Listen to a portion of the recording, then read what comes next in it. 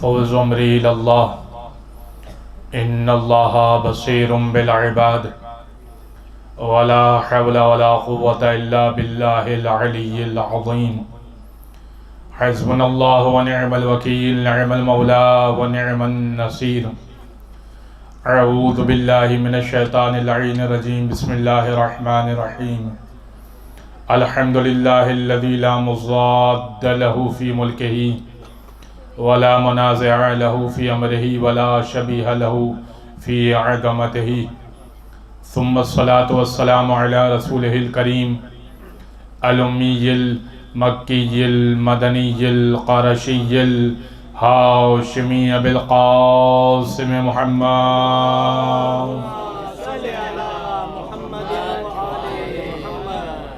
व अला अहलि बैतिहि तय्यबीन अत्ताहिरीन वल लअनतु दाइमतु अला अअदाइहिम अजमईन मिन यौमि ज़ुल्मिहिम व अदावतिहिम इला क़ियामि यौमिद्दीन। अम्मा बअदु फ़क़द क़ालल्लाहु सुब्हानहु व तआला फ़ी मुहकम किताबिम मुबीन। बिस्मिल्लाहिर रहमानिर रहीम। इज़ इब्तला इब्राहीम रब्बुहु बिकलिमातिन फ़अतम्महुन्ना क़ाल इन्नी जाइलुका लिन्नासि इमामा क़ाल व मिन ज़ुर्रिय्यती क़ाल ला यनालु अहदिज़ ज़ालिमीन। सल्लल्लाहु अला मुहम्मद व आलि मुहम्मद।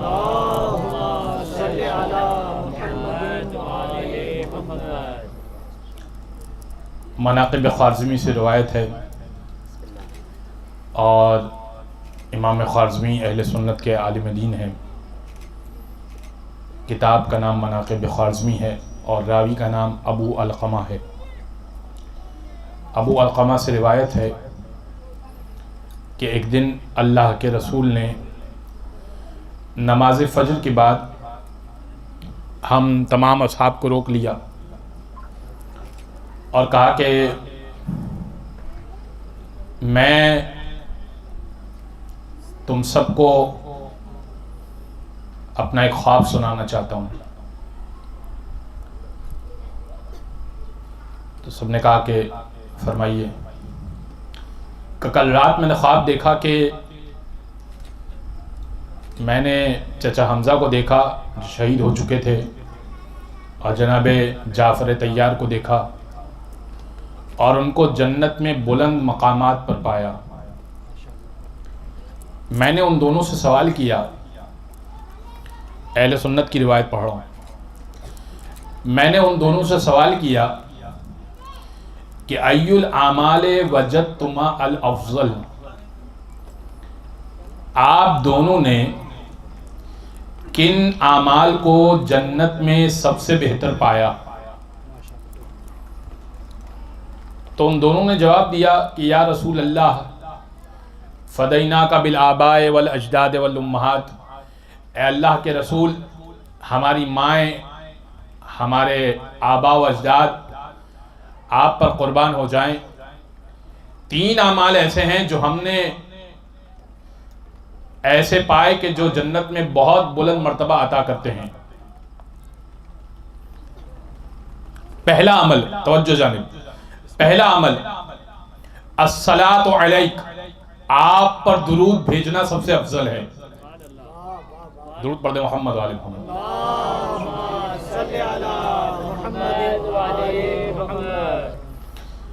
का पहला अमल आप पर दुरूद भेजना सबसे अफजल है।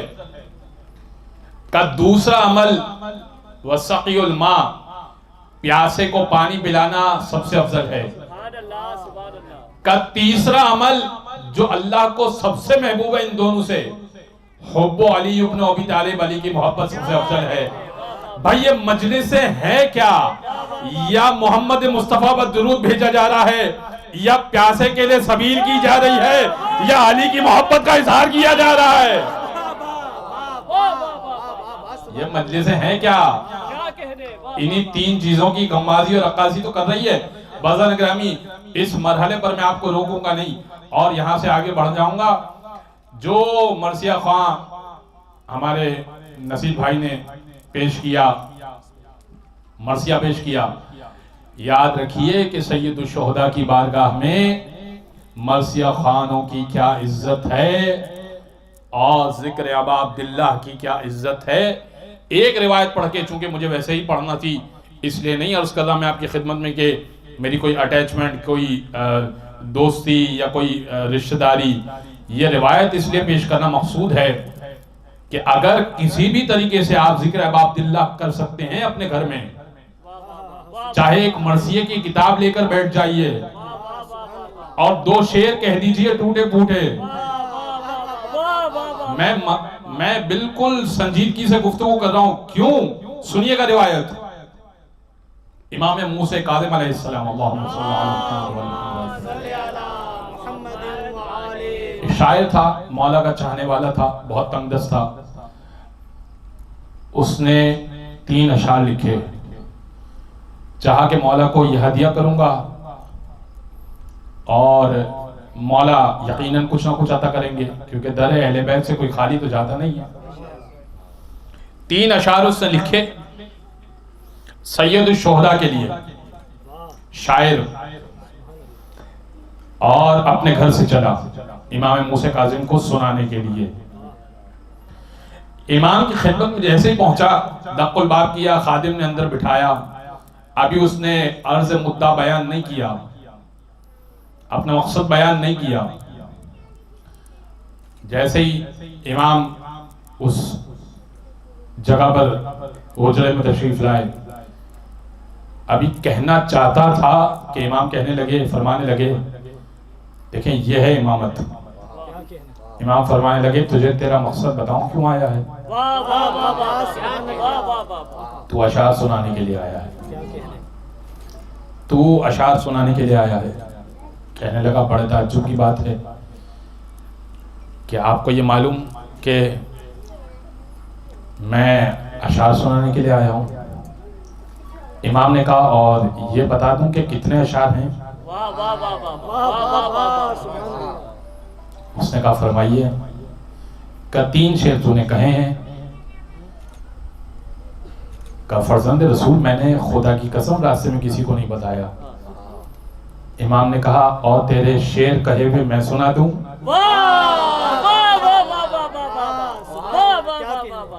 बड़ा ताज्जुब हुआ उसको। उसने कहा, फर्जंद रसूल सुना दीजिए। उसके कहे हुए शेर इमाम ने सुनाए। उसने कहा, फर्जंद रसूल, ताज्जुब की बात है कि शेर मैंने अपने घर में कहे, सुना आप रहे हैं।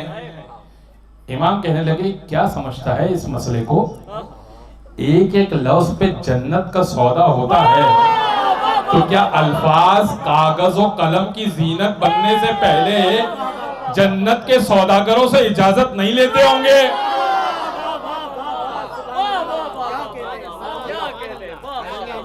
नारा लगाने पे पाबंदी नहीं है।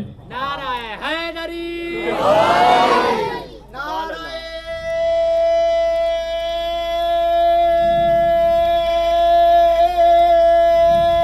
हैदरी। माशाल्लाह माशाल्लाह। यह है इमामत, जो जानती है कि किस अंदाज से उनका मुहिब क्या खिदमत कर रहा है, किस कोने में, और ये भी जानती है इमामत कि वो क्या गलत फेल अंजाम दे रहा है। छठे इमाम का साहबी रोज मिलने आता था मौला से। आप तसव्वुर कीजिए ना कि इमाम ज़माना का जब ज़हूर हो और मौला जुडो में तशरीफ ले आए, अगर 1 महीने के लिए राइश इख्तियार कर लें, तो अपने दिल पर हाथ रख के बताइए कि आप रोजाना ज़ियारत के लिए जाएंगे या नहीं जाएंगे? जाएंगे ना? क्यों नहीं जाएंगे? जरूर जाएंगे। मौला के शहर में रहता था, मदीना का वाक़या है।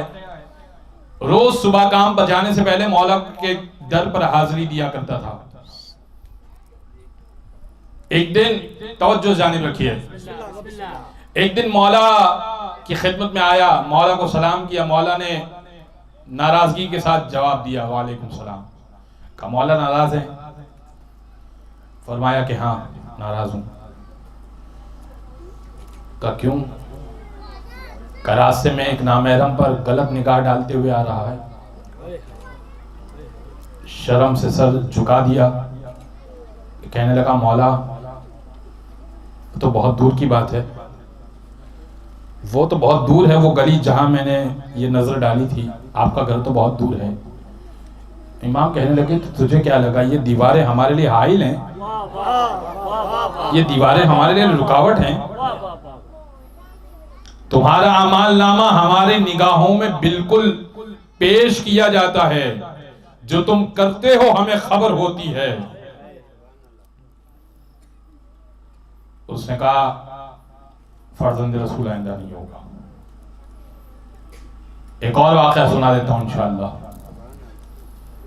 देखिए, जहां मौला के पास इस बात की गुंजाइश है कि गुनाह बर्दाश्त नहीं है, वहां इस बात की भी गुंजाइश है कि गुनाहगार बर्दाश्त है उस वक्त के जब उसकी इस्लाह मकसूद हो। जब उसकी इस्लाह मकसूद हो तो मौला की बज़्म में उसकी गुंजाइश है। क्यों? चाहते तो हुर को पहले ही कह रहे थे ना, ज़ुहैर कैन जो मुलाकात हुई थी ज़ुहैर कैन से, बहुत तवील वाक़या है। ज़ुहैर कैन की तारीख पढ़ के देखिए, ज़ुहैर कैन से जो मुलाकात हुई थी रास्ते में, तो ज़ुहैर कैन ने यही कहा था ना, हुर आपका रास्ता रोक रहा है दूसरी मुहर्रम को। कल ज़ुहैर कैन ने कहा कि मौला हुक्म दीजिए, मैं हुर को अभी वासिल जहन्नुम करता हूं। इमाम ने कहा कि नहीं, इसकी जरूरत नहीं है। ज़ुहैर कैन ने क्या कहा? ज़ुहैर कैन ने कहा कि तवज्जो से रखिएगा, तारीख से कुछ पेश कर रहा हूं, नहीं सुना हुआ होगा यकीनन आपने। ज़ुहैर कैन ने क्या कहा? कहा कि मौला इसने आपकी लजाम फरस में हाथ डाला, इसकी हिम्मत कैसे हुई? 2 मुहर्रम का वाक़या कल पढ़ चुका मसाइल में, लेकिन आज कुछ तारीख सुन लीजिए। मौला कहिए तो मैं इसका सर उतार दूं। इमाम ने कहा कि नहीं, मैं जंग में पहल नहीं करना चाहता, मैं जंग में पहल नहीं करना चाहता। तो ज़ुहैर कैन ने क्या कहा? ज़ुहैर कैन ने कहा कि अच्छा मौला, फिर ऐसा करते हैं कि हम खैमों को जो हमने फुरात के किनारे लगाया है इन्होंने हटवा दिया है, तो इस जवाज के तहत हम इनको अटैक करते हैं कि भाई आगाज पहले तुमने किया है, खैमों को पहले तुमने हटवाया है, अब हम उसके जवाब में कार्रवाई कर रहे हैं। मौला फिर तो ठीक हो जाएगा। इमाम ने कहा कि नहीं ज़ुहैर, ये वक्त मुनासिब नहीं है। क्यों कहा मौला ने? मैं और आप होते तो शायद कह देते चलो ठीक है। ये इमामत की निगाह है जो देख रही है कि वो यजीदी यहां पर आने वाला है, वो वहां का बंदा नहीं है, वो यहां का बंदा है। वो इमामत की निगाह है जो दूर अंदेश है। इसीलिए तो जब जंगे सिफ़ीन में अली और मालिक अश्तर का क्या था? अली इब्न अबी तालिब का क्या तरीक़ेकार था? अली इब्न अबी तालिब का तरीक़ेकार ये था कि जब एक सर उतारते थे तो एक मर्तबा अल्लाह अकबर कहते थे, जैसे ही सर उतारते थे तो अल्लाह अकबर कहते थे।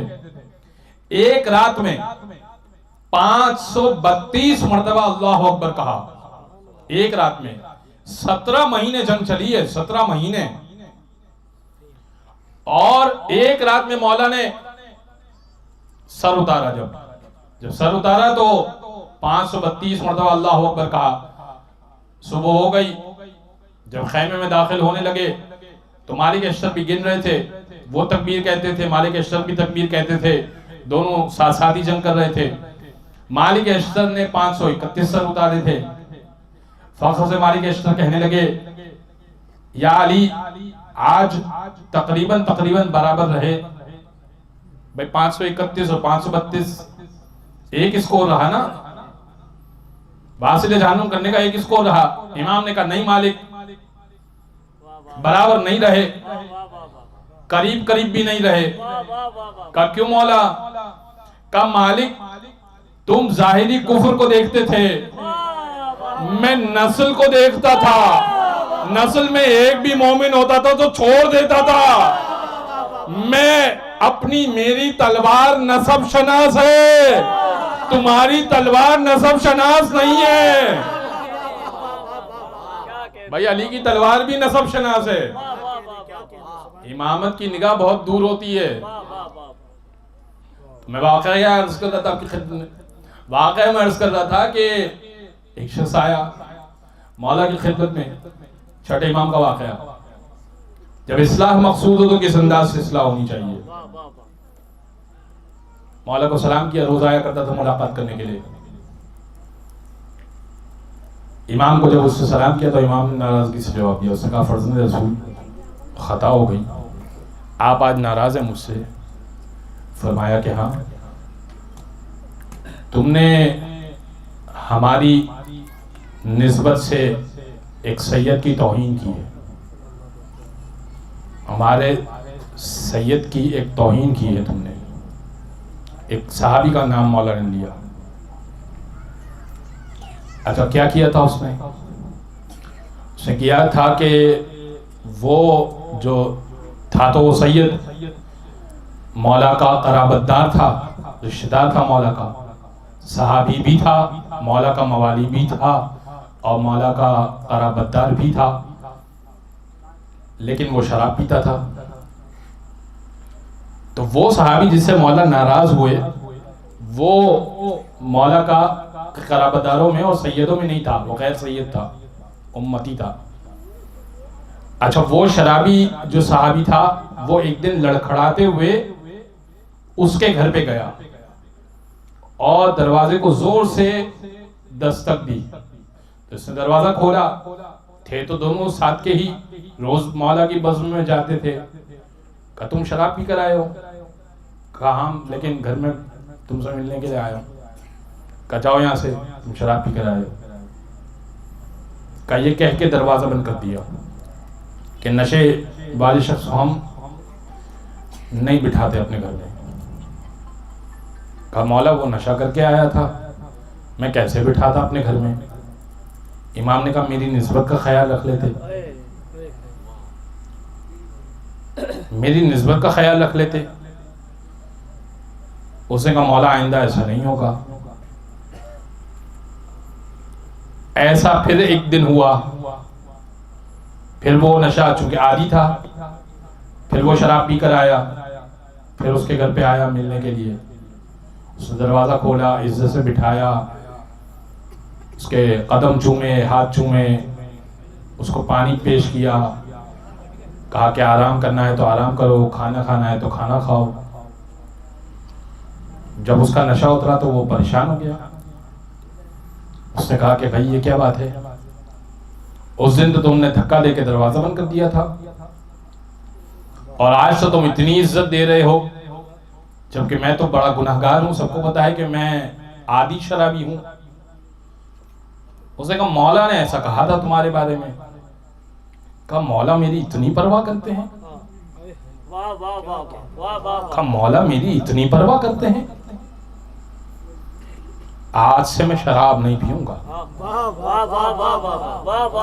ये है इस्लाह का तरीका। इमाम ऐसे इस्लाह किया करता है। बज़ान ग्रामी में अपने उन्वान से मुत्तसिल हो जाऊं। आयत जो मैंने आपकी खिदमत पेश की, इस उन्वान को मुझे समेट कर कल से इंशाअल्लाह एक नई आयत इमामत के उन्वान से पेश करनी है, क्योंकि आज इस आयत को खुलासा करके आपको नतीजे तक पहुंचाना है। क्यों मैं 3 दिन से इमामत, तीसरे दिन भी इमामत का इब्राहिम का तस्करा कर रहा हूँ और इमामत रिसालत का तस्करा क्यों नहीं कर रहा, और इंशाअल्लाह नतीजा जब पहुंचेंगे तो इंशाअल्लाह आप महसूस होंगे। मैंने कल अर्ज किया था आपकी खिदमत में कि इब्राहिम को 30 इम्तिहानात अल्लाह ने आजमाया। 30 इम्तिहानात में उनमें से 3 बड़े इम्तिहानात, एक माल का इम्तिहान, एक बेटे का इम्तिहान, औलाद का इम्तिहान, एक और इम्तिहान जो जान का इम्तिहान था। सब वाकिफ है।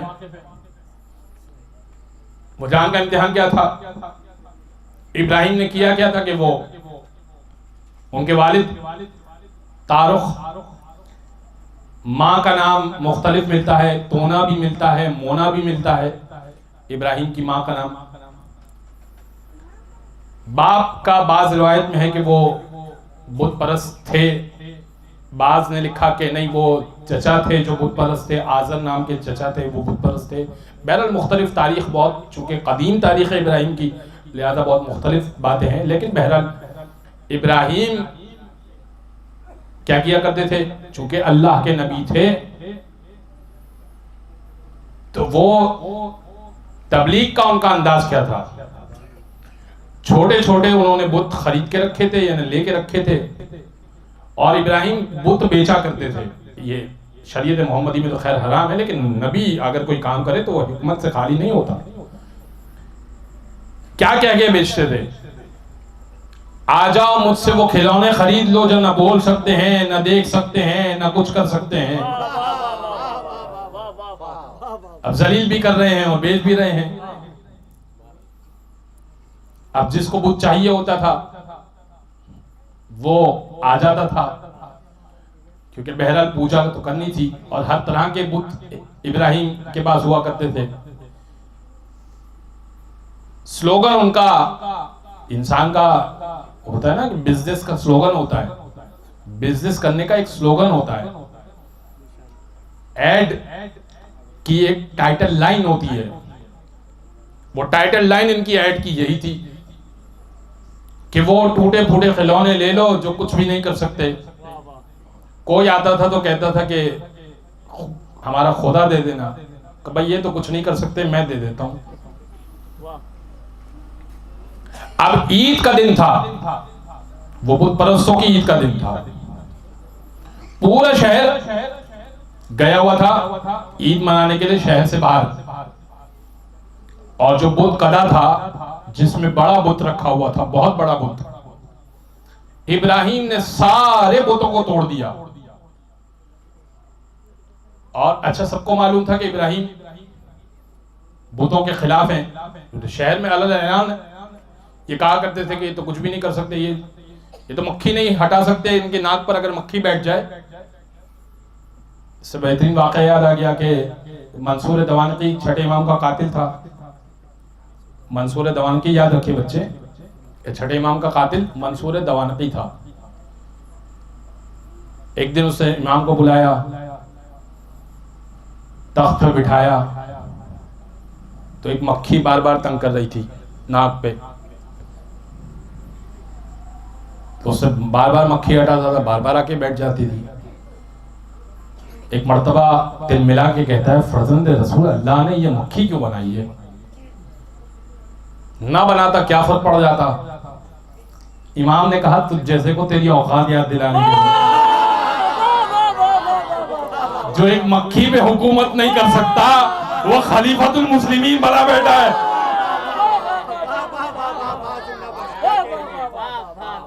तुझ जैसे को तेरी औकात याद दिलाने के लिए अल्लाह ने मक्खी बनाई है। तो इब्राहिम ने बड़े बुत को तोड़ दिया, सब सारे बुतों को तोड़ दिया, बड़े बुत के गले में कुल्हाड़ी डाल दी। जब बड़े बुत के गले में कुल्हाड़ी डाल दी और सारे अफराद जैसे ही दाखिल हुए और अपने इबादत खाने में गए तो परेशान कि ये हमारा बुत था, कोई कहे ये हमारा बुत था, कोई कहे ये हमारे कबीले का बुत था, ये सब टूटे हुए हैं। का शहर में तो एक ही बंदा था इब्राहिम, और वो बुतों के खिलाफ था। तो पूछो इब्राहिम से, सारे मिलकर आए इब्राहिम के पास। बाबुल का यह वाकया है, सारे मिलकर आए इब्राहिम के पास और आने के बाद कहने लगे, इब्राहिम ये क्या किया तुमने हमारे बुतों के साथ। इब्राहिम ने कहा, बड़े बुतों से पूछो। इब्राहिम से कहने लगे, वो कुछ नहीं कर सकते। कहा, मैं भी तो यही समझा रहा हूं इतने अरसे से, मैं जब इतने अरसे से ये समझा रहा हूं तो तुम्हें समझ में नहीं आ रहा। बस उन्होंने नमरूद से शिकायत की। नमरूद भी बुत परस्त था और नमरूद को मौका चाहिए था नबी को जलाने का।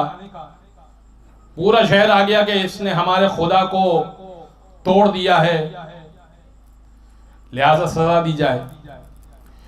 इतनी बड़ी आग उसने रोशन की, लाखों तादाद में लाखों लकड़ियां लाई गई और बड़ी एक कसीर तादाद में वो लकड़ियां इकट्ठा की गई, यानी एक लंबे अरसे तक वो लकड़ियां इकट्ठा की गई। यानी आप तसव्वुर कीजिए, इराक की ज़ियारतें जो अतराफ की कभी करवाई जाती हैं तो वो जगह दिखाई जाती है, तो उस जगह पर आज भी दाग है काला, आग का दाग है काला।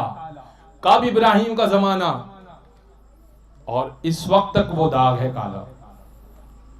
बेशुमार लकड़ियां जमा की गई, और अब आग लगाई जाए तो कैसे लगाई जाए, ये भी तो एक मसला है ना। बहरहाल उन्होंने एक बड़ी सी लकड़ी ली, उसके आगे उन्होंने कपड़ा बांधा और उसमें आग लगाई और फिर उसको अंदर डाल दिया और आग भड़क उठी लकड़ियों में। शोला इतना बुलंद था कि उसकी भाप कहिए या उसकी तपिश कहिए, वो इतनी थी कि कोई करीब ही नहीं जा सकता था। अब ये मसला पेश आया कि इब्राहिम को आग में डालें तो डालें कैसे, इब्राहिम को आग में डालें तो डालें कैसे। अब वहां पर एक साहब बूढ़े से वो आए नमरूद को मशवरा देने के लिए, कहा कि मैं तुम्हें समझाता हूं, मैं माहिर शख्स हूं और मुझे अंदाजा है कि ऐसे शोले के अंदर नबी को कैसे डाला जाता है। कहा आपको तो उससे पहले नहीं देखा। का कोई मसला नहीं, मैं ऐसे मौकों पर ही आता हूं, मैं ऐसे मौकों पर ही आता हूं। कहा कि मिंजनीक बनाई जाए, एक ऐसी मशीन जिसमें इंसान को रखा जाए और उसे पुल किया जाए, खींचा जाए और फिर दूर जगह पर फेंका जाए। उसने तरीका बताया पूरा कि मिंजनीक कैसे बनाई जाए। उस तरीके पर मिंजनीक बनाई गई और अब इब्राहिम को उस मिंजनीक में डाल दिया गया और अब फेंकने जाने की तैयारी शुरू हो रही है कि जिब्रील आए। बड़ी तवज्जो, जिब्रील आए और आने के बाद कहने लगे, हल्ला के हाजतन, कोई हाजत है? अब बताएं कि क्या हाजत हो सकती है इब्राहिम की, इस वक्त क्या हाजत होगी। सामने आग दिख रही है, मौत यकीनी है, मिंजनीक में डाला जा चुका है, ये भी नहीं कि अभी डाला जाएगा, ये भी नहीं, डाला जा चुका है। जिब्रील पूछ रहे कोई हाजत है? इब्राहिम ने कहा है तो सही, मगर जिससे है वो जानता है।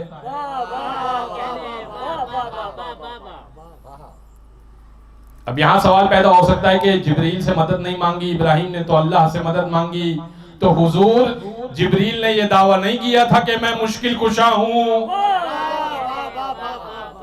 जिब्रील ने तो दावा नहीं किया मैं मुश्किल कुशा हूं। बस एक मर्तबा इब्राहिम को आग में डाला गया, अल्लाह की आवाज आई, या नारो कूनी बरदम व सलामन अला इब्राहिम, ए आग ठंडी भी हो जा, सलामती वाली भी हो जा अला इब्राहिम, इब्राहिम पर। जैसे ही आग में पहुंचने वाले थे कि आग गुलजार बन गई। अब नतीजे की हदीस आपको पेश कर रहा हूं। इब्राहिम को इमामत मिल गई इस मकाम पर। नतीजे की आयत आपकी खिदमत में, नतीजे की हदीस आपकी खिदमत में पेश कर रहा हूं। छठे इमाम से किसी ने सवाल किया, मौला ये बताइए कि आपकी इमामत में और इब्राहिम की इमामत में फर्क क्या है? कुरान कह रहा है इन्नी जाइलुका लिन्नासी इमामा। इब्राहिम, हमने आपको इंसानियत का इमाम बनाया, आप भी दावा इमामत करते हैं, इब्राहिम के लिए भी इमामत को अल्लाह ने रखा। फर्क क्या है दोनों में? दोनों बराबर तो नहीं हो गए। इमाम कहने लगे इब्राहिम इम्तिहानात के बाद इमाम बने हैं, हम इमाम बनने के बाद इम्तिहान देते हैं।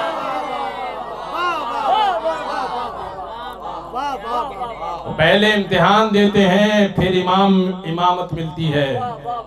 अल्लाह हमें इस लायक समझता है कि हमें इमाम बना दे, फिर हमसे इम्तिहान लेता है और हर इम्तिहान में हम कामयाब हो जाते हैं। अब दूसरी हदीस, आखिरी हदीस पेश कर दूं, दामन वक्त में गुंजाइश नहीं। छठे इमाम की हदीस है उसूल काफी की, इन्नल्लाह इत्तखज़ा इब्राहीम अब्दन क़ब्ल अन यत्तखिज़हु नबिय्यन वत्तखज़हु नबिय्यन क़ब्ल अन यत्तखिज़हु रसूलन वत्तखज़हु रसूलन क़ब्ल अन यत्तखिज़हु खलीलन वत्तखज़हु खलीलन क़ब्ल अन यत्तखिज़हु इमामन। अल्लाह ने पहले इब्राहीम को अब्द बनाया, फिर नबी बनाया, फिर रसूल बनाया, फिर खलील बनाया, फिर इमाम बनाया। इमाम फरमा रहे हैं कि ये सिलसिला था कि जब जाकर इमाम बने, हम वो हैं कि इमामत के मनसब पर पहले ही फाइज होते हैं।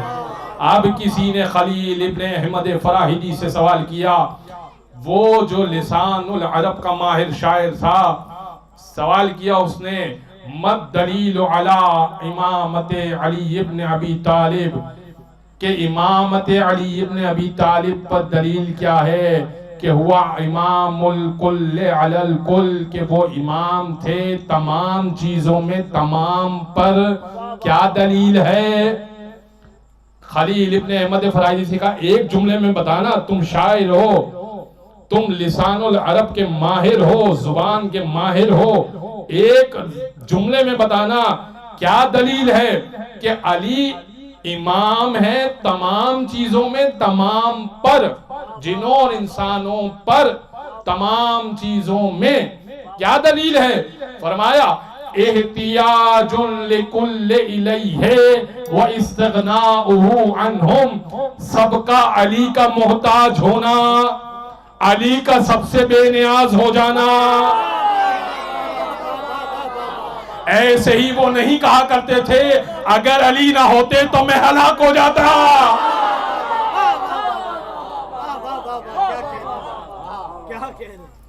बस हज़रात गिरामी, आपकी बेदार समातों की नजर आज यही गुफ्तगू रुकेगी। कल इंशाअल्लाह एक नई और नए मतन और नए मवाद के साथ इमामत के उन्वान से पेश करूंगा। लेकिन हज़रात गिरामी, ये इमामत वो है कि जिसका वादा अल्लाह के रसूल ने गदीर में कर दिया, और जब मौला रजा से सवाल किया गया कि ए मौला रजा, आप इतने एहतमाम से, मौला रजा का क्या तरीका था मुहर्रम मनाने का?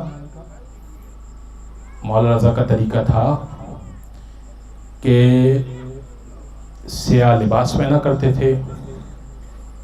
कोशिश किया करें कि काला लिबास पहना करें, कोशिश किया करें कम से कम मजलिस की हद तक। और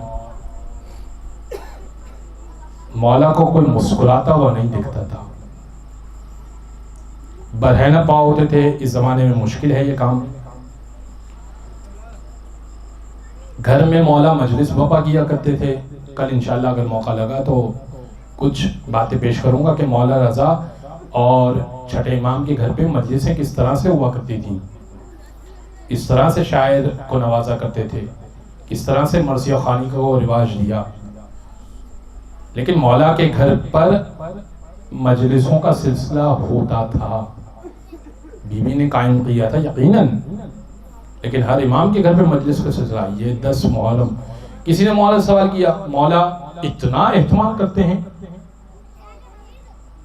इतना एहतमाम आप करते हैं करबला के लिए, आशूरा के लिए?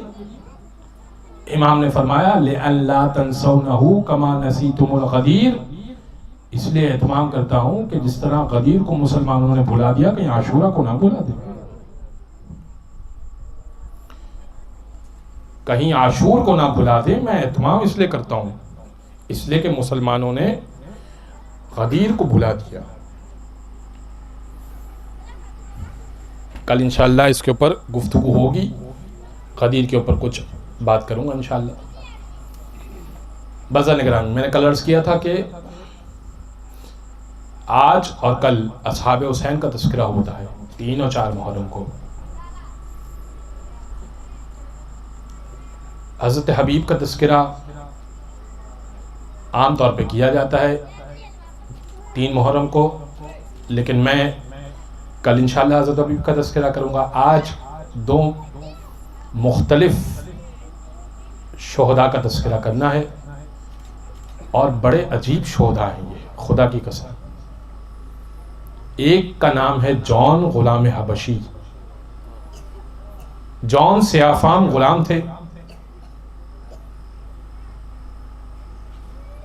सियाफाम गुलाम, हबशी गुलाम, अफ्रीकन, और उनके पसीने से बू आया करती थी। मौला के गुलाम थे। आए मौला के पास सुबह आशूर, फर्जंदे रसूल इजाज़त दे दीजिए, जान कुर्बान करना चाहता हूँ। मौला ने कहा नहीं जॉन, आप गुलाम हैं, हम गुलामों को बुरे वक्तों के लिए नहीं रखा करते कि उनको भेज दें जान कुर्बान करने के लिए। क्या कहने, सुभान अल्लाह। उस ज़माने में तरीका था अरब का कि वो बुरे वक्त में गुलाम को आगे कर दिया करते थे। ये हुसैन की करीमी थी। हुसैन कहते थे ए जॉन, हम गुलामों को बुरे वक्त के लिए नहीं रखते। जॉन, आज तुम्हें आज़ादी है, आज हम बैयत उठा रहे हैं तुमसे, आज हम तुम्हें आज़ाद कर रहे हैं, जाओ अपनी ज़िंदगी जियो, यहाँ से तुम अब आज़ाद हो। कमौला आपके साथ यहाँ तक आ गया, शहजादी के को प्यासा छोड़कर चला जाओ। मौला ने कहा नहीं जॉन, मैं इजाज़त नहीं दे सकता। 2-3 बार जॉन ने इजाज़त चाही, मौला ने मना कर दिया। जॉन ने कहा कि मौला शायद ये वजह है कि मेरा खून आपके खून में मिलने के लायक नहीं है। मौला मेरे पसीने से बदबू आती है ना। मौला आप साहिबे तत्हीर के वारिस हैं, आपके पसीने से खुशबू आती है, आप नूरानी शख्सियत के मालिक हैं, मैं सियाफाम हूँ, शायद ये वजह है कि मेरा खून इस कदर नाक़िस है। मौला ने कहा जॉन कैसी बातें कर रहे हो, क्या तुमने फर्जंद रसूल को इस तरह का समझा है? आपने गले से जॉन को लगा लिया, गले से लगाया जॉन को और कहा जॉन अगर ऐसा समझते हो जाओ मक्तल की इजाजत दी। जॉन ने जंग लड़ी। जब ज़मीन का जॉन का कोई नहीं था, जॉन ने सलाम किया, सलाम अलैका या अबा अब्दिल्लाह, मौला मेरा आखिरी सलाम कबूल कीजिए। हुसैन पहुंचे, करीब गए, आखिरी दमों पे सांसें थी। अजीब जुमले हुसैन ने कहे, अगर 2 आंसू आपकी आंख से निकल जाए तो क्या कहने। इमाम ने अपने चेहरे को जॉन के चेहरे पर रख दिया,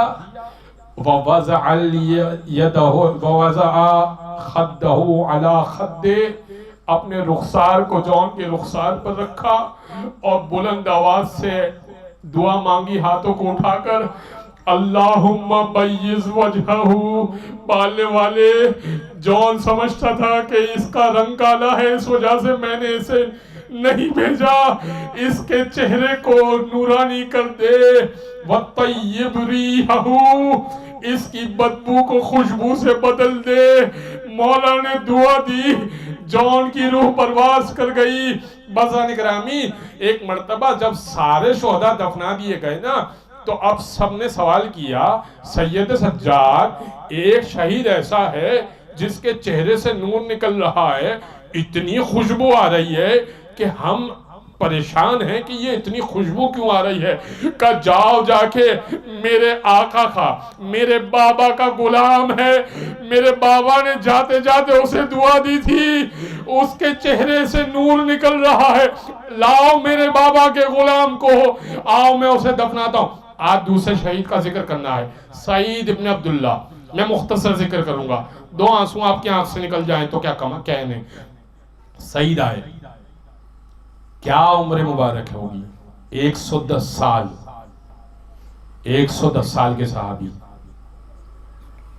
आए। आने के बाद कहने लगे मौला मुझे इज़्न दीजिए, जिहाद की इज़्न विगा दीजिए। फरमाया कि नहीं। बहुत इसरार किया तो फरमाया कि आप सईद, आपको अंदाजा है कि आपके हाथों में लाशा है, आपके हाथों में लाशा है, आप तलवार का बोझ नहीं उठा सकते। 110 साल आपका सिरे मुबारक है, आप अपने आप को घोड़े पर नहीं संभाल सकते। सईद ने कहा मौला मैंने अपने लिए काम ढूंढ लिया। का सईद क्या काम करेंगे? देखें यह है करबला का शहीद। कम शहीद क्या काम करेंगे? का मौला अभी आप जमात करवाएंगे ना, आपकी तरफ अशकिया तीर फेंकेंगे, मैं आपके आगे खड़ा हो जाऊंगा। इन बूढ़ी हड्डियों में इतनी ताकत तो है कि अपने सीने पर तीर लेता जाऊंगा, आपकी नमाज को बचा लूंगा। सईद इब्न अब्दुल्ला आगे खड़े हो गए। बाला ने अल्लाह अकबर कहा, ज़ोहर की नमाज हो रही है, अल्लाह अकबर कहा। सईद आगे खड़े हो गए, कहने लगे पालने वाले इतनी हयाती देना, इतनी हयाती देना कि हुसैन की नमाज मुकम्मल हो जाए। कभी दाएं झुकते थे तीर लेते थे, कभी बाएं झुकते थे तीर लेते थे। 6 तीर अपने जिस्म पे खाए और जैसे ही मौला ने कहा अस्सलामु अलैकुम व रहमतुल्लाह, सईद जमीन करबला पर गिर गए। कहने लगे अस्सलामु अलैका या अबा अब्दुल्लाह। सईद ने जुमला कहा मौला हल वफई तो या अबा अब्दुल्लाह, का मौला क्या मैंने वफा कर दी? इमाम कहने लगे अरे सईद अंता अमामी फिल जन्ना, सईद आप मेरे आगे खड़े हुए थे ना, कयामत में भी आप मेरे आगे आगे चलेंगे। तो सईद कहने लगे अगर मौला यही बात है कि कयामत में जन्नत में पहले मैं जाऊंगा बाद में आप जाएंगे, मौला मेरे जिस्म से तीर मत निकालिएगा, कयामत में आपकी माँ को दिखाऊंगा। ए मादर हुसैन, आपकी खातिर मैंने आपके बच्चे के लिए तीर खाए थे अपने जिस्म पे, मुझे ऐसे ही दफन कीजिएगा।